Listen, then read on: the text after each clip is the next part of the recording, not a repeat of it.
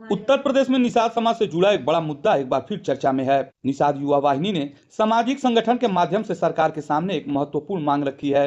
इस मांग में कहा गया है कि दिल्ली और पश्चिम बंगाल की तर्ज पर उत्तर प्रदेश में भी निषाद समाज की उपजातियों केवट, मल्लाह, बिंद, कश्यप, घीवर और बाथम को अनुसूचित जाति का प्रमाण पत्र जारी किया जाए। संगठन की ओर से यह भी बताया गया है कि इस संबंध में 3 जनवरी 2026 को पत्र के माध्यम से उत्तर प्रदेश के माननीय मुख्यमंत्री को ज्ञापन भेजा गया था।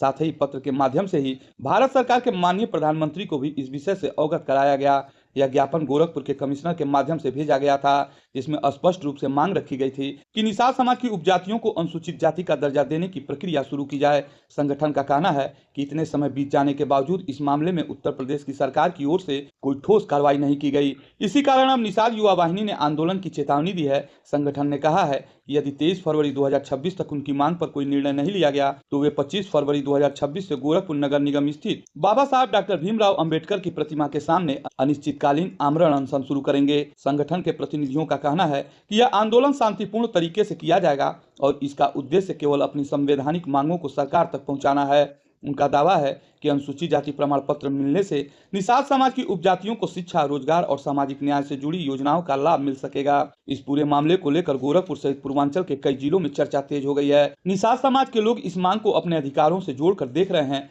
वहीं प्रशासनिक स्तर पर अभी तक कोई आधिकारिक प्रतिक्रिया सामने नहीं आई है। हमारे समाज को पश्चिम बंगाल और दिल्ली की तरह हमारे समाज निषाद समाज की उपजातियां केवट, मल्लाह, बिंद, कश्यप, धीवर, बाथम आदि को अनुसूचित जाति का प्रमाण पत्र जारी किया जाए। इस संबंध में हम कई बार माननीय प्रधानमंत्री को किया, कई बार माध्यम से ज्ञापन भी दिया और अथवा हमने अल्टीमेटम दिया कि 23 फरवरी अगर हमारी मांग नहीं पूरी हुई, अनुसूचित जाति का प्रमाण पत्र हमारे समाज को नहीं जारी हुआ तो 25 फरवरी 2026 से बाबा साहब बी आर अम्बेडकर जी की प्रतिमा के समक्ष अपराह्न दोपहर 1 बजे से सुशील चंद्र सहानी, निषाद युवा वाहिनी राष्ट्रीय अध्यक्ष अपने लोगों के साथ आमरण अनशन करूंगा।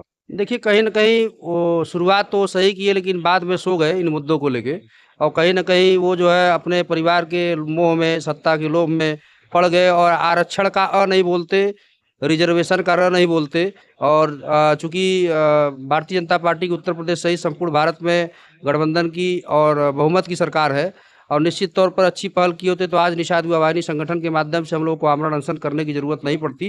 कहीं न कहीं से निषाद युवा वाहिनी द्वारा ही अब इस मांग को, जो निषाद समाज की जायज मांग है और निश्चित तौर पे निषाद युवा वाहिनी संगठन द्वारा इस मांग को पूरा कराया जाएगा। आप अकेले धरने बैठेंगे या आपके साथ हमारे समाज के लोग रहेंगे, संगठन के लोग रहेंगे और हम लोग तब तक अनिश्चितकालीन आमरण अनशन करेंगे जब तक हम लोग की मांग न पूरी हो जाए। अब सबकी निगाहें 23 फरवरी की समय सीमा पर टिकी हैं। यदि तब तक कोई सरकार की ओर से कोई निर्णय नहीं आता तो 25 फरवरी को प्रस्तावित आमरण अनशन इस मुद्दे को और बड़ा रूप दे सकता है। फिलहाल यह देखना महत्वपूर्ण होगा कि सरकार इस मांग पर क्या रुख अपनाती है और क्या निषाद समाज की उपजातियों को अनुसूचित जाति का प्रमाण पत्र जारी करने की दिशा में कोई ठोस कदम उठाया जाता है या नहीं।